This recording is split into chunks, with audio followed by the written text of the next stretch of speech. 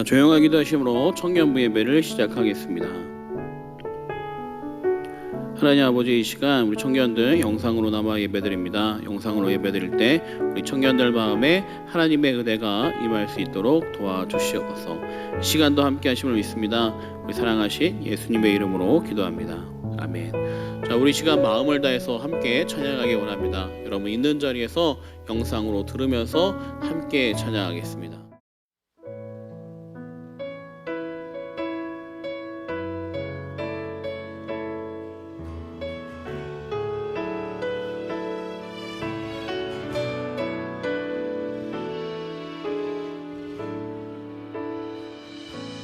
우리 보좌 앞에 모였네.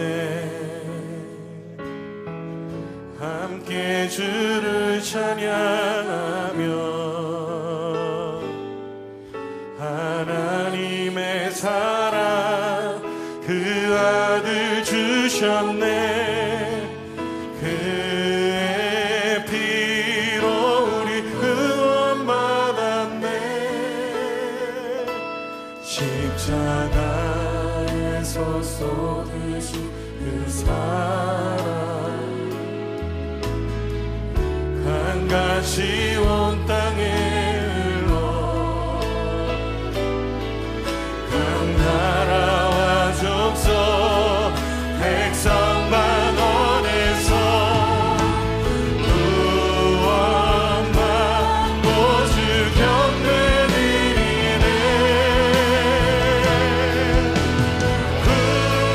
구원하심이 보좌에 앉으신 우리 하나님과 어린 양께 있도다. 구원하심이 보좌에 앉으신 우리 하나님과 어린 양께 있도다.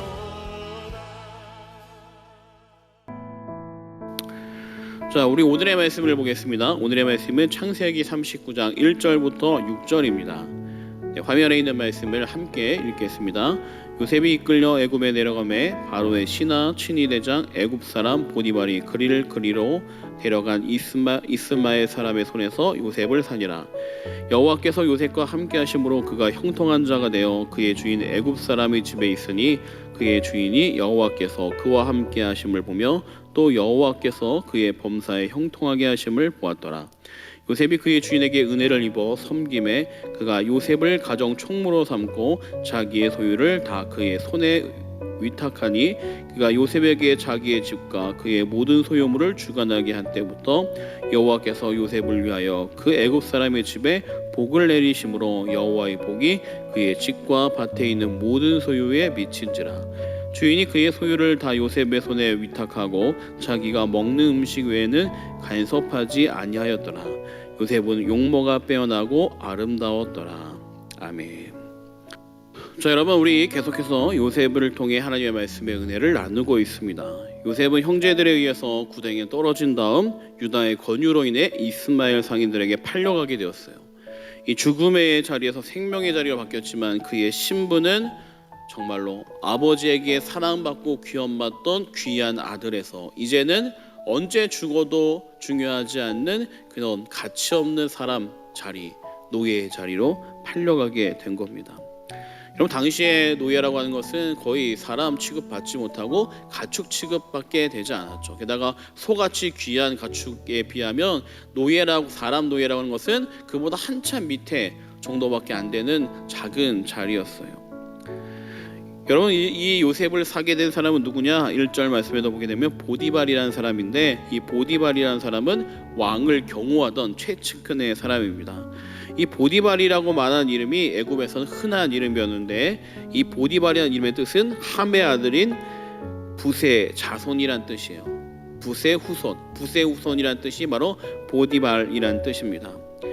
여러분, 이 시편 105편 23절에도 보게 되면 이렇게 말씀이 나옵니다. 이에 이스라엘이 애굽에 들어가며 야곱이 함의 땅의 나그네가 되었도다라고 나옵니다. 다시 말해 요셉이 야곱의 후손인데 야곱의 후손이 누구 밑에 들어갔느냐? 바로 함의 후손 밑에 들어가게 된 거죠. 여러분, 이 말씀을 보게 되면 어떻게 보게 되면 지금 이 야곱은 축복의 가문인 가문의 후손이고 함이라고 하는 사람은 저주받은 사람의 후손이게 된 거죠. 근데 참 놀랍게도 복의 자녀라고 한 사람, 이 복의 자녀인 요셉이 저주받은 함의 후손의 노예가 된 거죠. 어떻게 보면 참 이상하지 않아요? 저주받은 함의 후손이 축복받은 이 야곱의 후손의 노예가 됐다면 예언의 말씀을 봤을 때 맞는 것 같은데 어떻게 보면 지금 모습은 뒤바뀌어 있는 것 같아요. 그렇죠? 하나님 믿는 축복의 가문이 더 잘 돼야 되는데 하나님 믿는 축복의 가문은 노예 신분으로 들어가 있고, 그러지 않은 함의 후손들은 나라를 건설해서 왕이 되고 장관이 되고 막 이런 상황에 있단 말이에요. 여러분, 이 모습을 보게 되면 우리는 참 말도 안 된다, 어떻게 이럴 수 있어, 이런 이야기를 하게 되죠. 그럼 제가 교회 사역하게 되면서 많은 질문 받은 것들 중에 가장 많이 받은 게 이겁니다. 하나님 믿지 않는 사람이 왜 이렇게 잘 됩니까? 왜 하나님 믿는 사람들보다 하나님 믿지 않는 사람들이 성공을 더 잘하고 잘 되는 것 같습니까? 마치 이 질문의 모습이 이 본문에 나와 있는 요셉의 모습과 너무나 닮아 있습니다. 자, 여러분, 이 모습을 보게 되면 어떻게 보면 하나님은 불공평해 보이시죠. 여러분, 제가 예전에 그 사업을 열심히 하는 우리 교회 청년을 만났습니다. 오랫동안 보지 못해서 그 청년과 이야기할 때 사업이 잘 되고 열심히 하는 것도 참 좋지만 참 중요하지만 나는 많이 걱정이 돼요. 왜냐하면 지금 하나님의 자손, 하나님의 자녀라고 한다면 교회 나오지 않고 사업만 할 때 하나님이 그렇게 잘 되게 두지 않으실 것 같아요. 왜 그래요? 교회 나오지 않으니까, 예배드리지 않으니까. 하나님의 자손이 잘못된 길을 걸어가면 어떻게 돼요? 하나님이 징계하시니까 사업이 잘 안 될 수 있거든요. 그런데 만일 반대로 교회에 나오지 않아도 사업이 너무 잘 된다, 그러면 두 가지 의미를 볼 수 있는데, 하나는 무엇이냐? 하나님이 심판하려고 기다리고 계신 것이고, 또 하나는 무엇이냐? 하나님의 자녀가 아닌 것이죠. 여러분, 어떻게 보면 이 말씀이 참 위험하고 무서운 말씀입니다. 우리 청년들이 교회에 나오지 않는데 내 삶에 아무 문제가 없다라는 것은 두 가지 의미죠.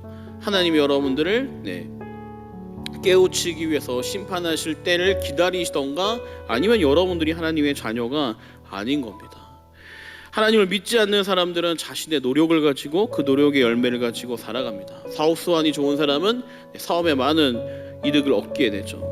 그리고 그것을 가지고 그들은 자신들이 원하는 삶을 누리며 살아가게 됩니다. 그리고 그렇게 살았던 그들의 삶의 결과는 무엇이냐? 이 땅에 있을 때는 수없이 자신의 것을 누리며 살지만 마지막 때에는 결국 하나님의 심판의 자리로 들어가게 되죠. 여러분, 하나님의 자녀는 다른 거예요. 하나님의 자녀는 무엇이냐? 하나님 앞에 말씀대로 살아가면서 이 말씀대로 내가 순종한 열매를 맺으며 살아가게 되는 겁니다.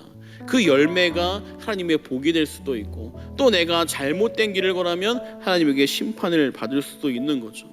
그러므로 이 땅에 있을 때 어떻게 보면 하나님 믿지 않는 사람들이 잘 되는 모습이 많을 수가 있어요. 왜 그래요? 그들이 잘못을 해도 크게 심판받지 않고 자신들이 즐길 만큼 즐기다가 죽고 나서 심판받는 경우가 많으니까 열심히 노력해서 자기 걸 거두는 사람들이 많죠. 그런데 하나님 믿는 사람 어떠냐? 내가 열심히 노력해도 거두지 못할 수가 있습니다. 왜 그래요? 하나님 앞에 잘못된 길을 걸어가면 하나님이 그들의 길을 돌이키시기 때문에 그렇죠. 여러분, 그렇기 때문에 우리가 해야 될 것은 무엇이냐? 내 일을 열심히 할 것이 아니라 하나님의 자녀는 하나님이 원하는 삶의 모습이 바른 길로 가느냐, 이것을 정비해야 되는 것이 가장 중요한 거예요. 여러분, 그러므로 여러분 삶이 하나님과 붙들리고 하나님의 말씀을 따라가는 삶이 되어야 합니다. 그럴 때 여러분의 삶에 하나님의 복이 임하게 되는 것이죠. 오늘 2절의 말씀 보게 되면 그 노예로 팔려간 이 요셉의 삶이 단지 비참한 삶으로 끝나지 않았다는 것을 보여주고 있습니다. 여호와께서 요셉과 함께 하심으로 그가 형통한 자가 되어 그의 주인 애굽의 사람의 집에 있으니. 요셉이 하는 일마다 잘 되는 거예요. 놀랍지 않아요? 노예로 팔려가서 이제는 자신이 할 수 있는 역량이 제한적이죠.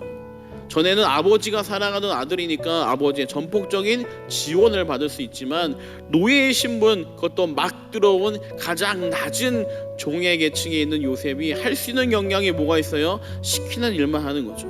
근데 시키는 일을 하는데 이상하게 잘 되니까 보디발이라는 사람이 보게 되는 거죠. 제가 뭔데 하는 일보다 잘 되냐? 다른 일도 시켜봐.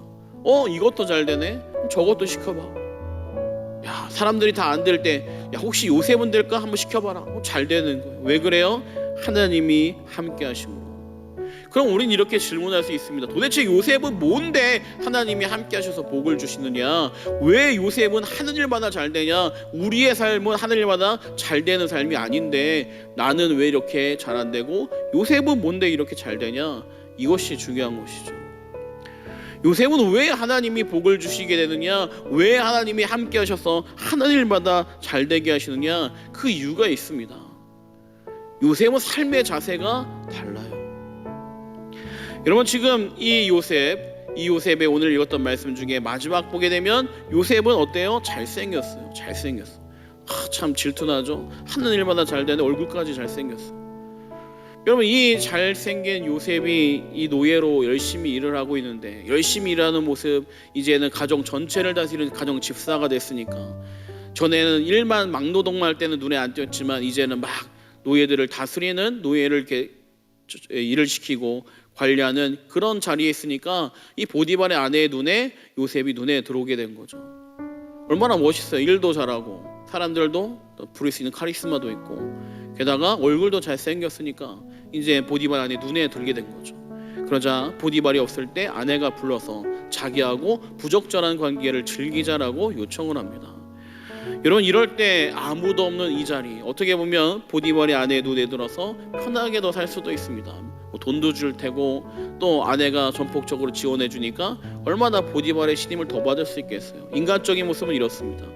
그러나 요셉은 단칼에 거절합니다. 뭐라고 하냐면, 모든 것을 나에게 맡겼지만 당신은 나에게 맡기지 않았습니다. 게다가 나는 하나님을 믿는 사람으로 하나님 앞에 범죄할 수 없습니다. 여러분, 이게 중요한 거죠. 하나님 앞에서 범죄할 수 없습니다. 이거 뭘 말하는 거예요? 내가 있는 이 자리 하나님이 나와 함께 하십니다. 하나님이 나의 모든 것을 지켜보고 계십니다. 그러므로 나는 하나님이 원하지 않는 행동을 할 수 없습니다.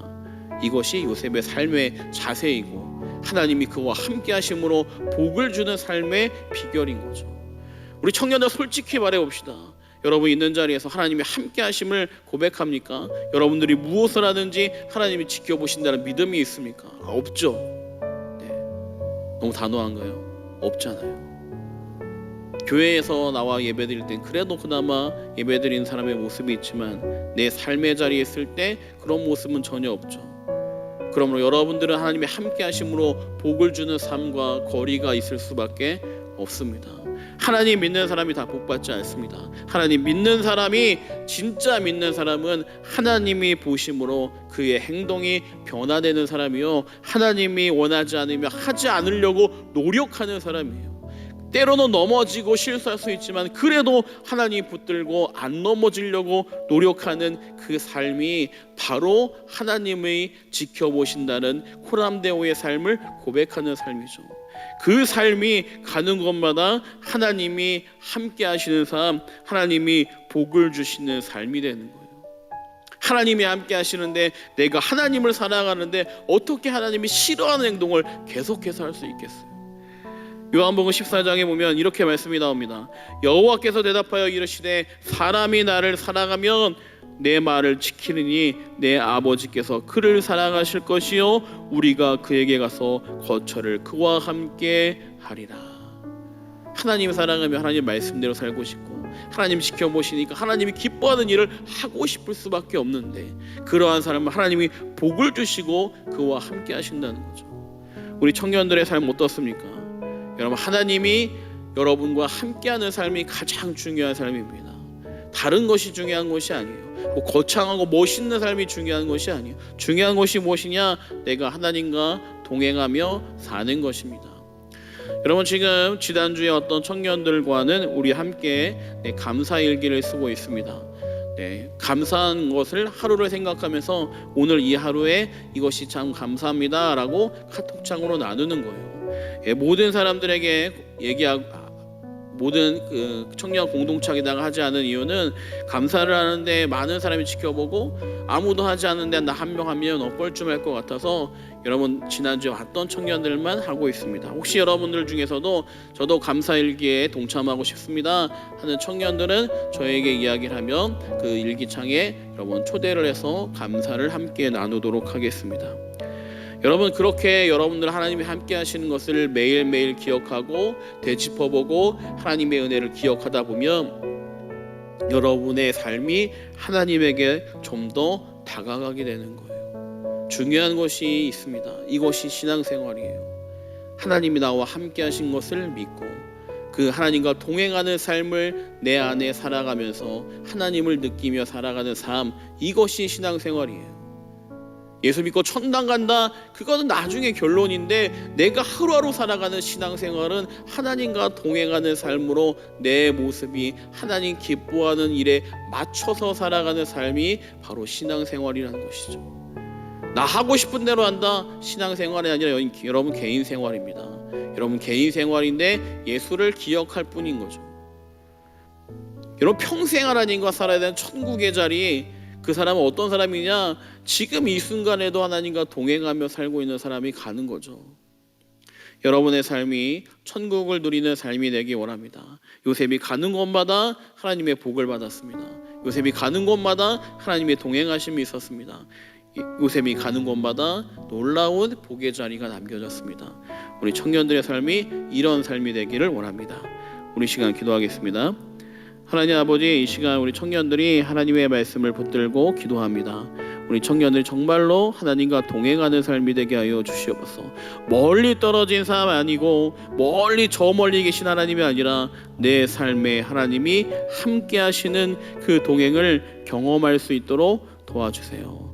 우리 청년들 함께 하심을 믿습니다. 아버지 인도해 주시고 역사하여 주세요. 우리 사랑하신 예수님의 이름으로 기도합니다. 아멘. 여러분 한 주간 동안 잘 지냈습니까? 네, 우리 청년들 잘 지냈으리라 믿습니다. 우리 말씀을 가지고 살아갈 텐데 여러분 한 주간 동안도 여러분 하나님의 함께 하심을 하루하루 기억하며 살아가면 좋겠습니다. 근데 벌써 6월이 되었죠. 네, 이제 여름이 다 되었습니다. 날이 점점 더워지고 있는데 참 이렇게 더워지고 있는데도 코로나가 줄지 않아서 안타까운 마음이 있습니다.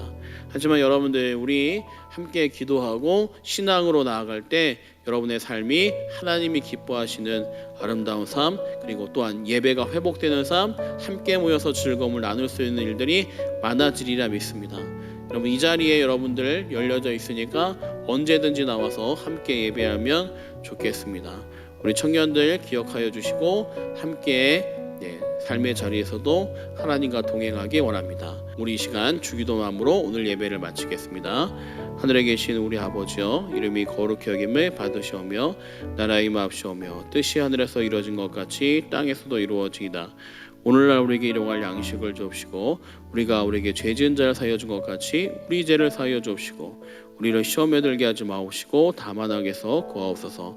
대개 나라와 권세와 영광이 아버지께 영원히 있사옵나이다. 아멘.